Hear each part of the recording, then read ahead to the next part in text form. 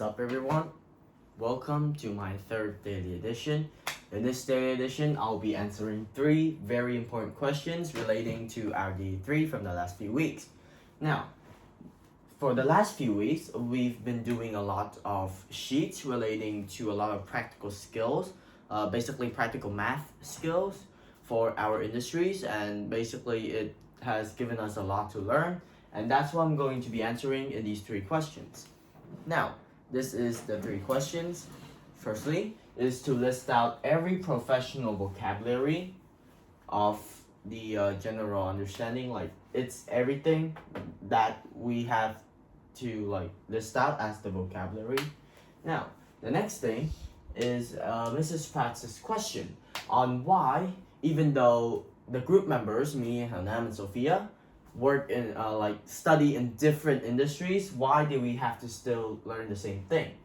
And lastly is how do we put the information that we've learned, which is basically statistics skills, with Mrs. Pratt's worksheets. So let's first start with the first question. Alright, let me fix the camera a bit. Alright, there we go.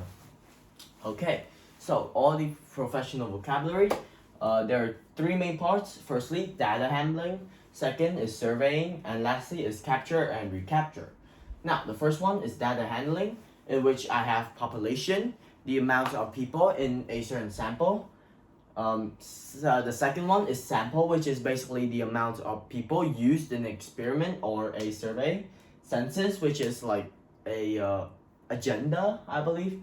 Statistic is the number used to represent something. For example, a statistic could be the number of people who ate hamburgers that day.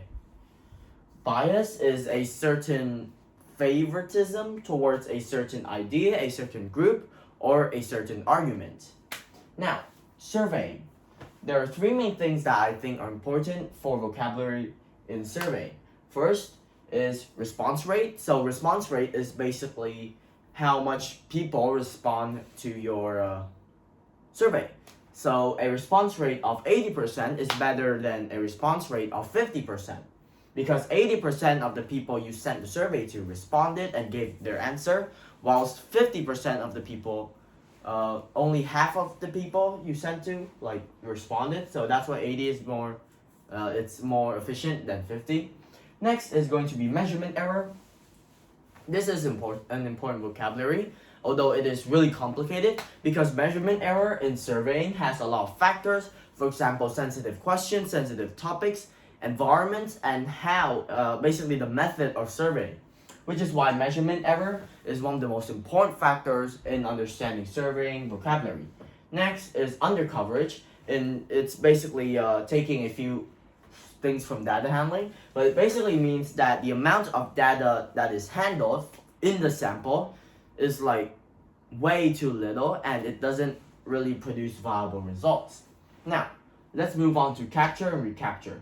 For capture, that is capturing a population, and recapture is basically recapturing the population after a certain factor has been put in it. For example, time, money, and maybe status.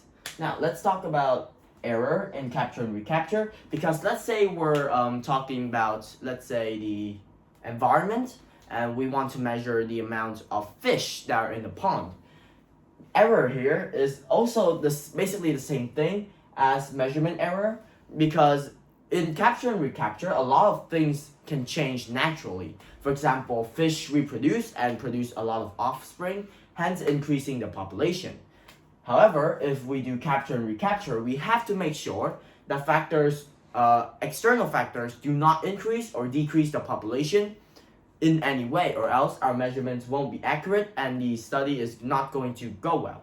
Now, why members in the group, even though we are learning in different industries, why do we have to learn the same thing?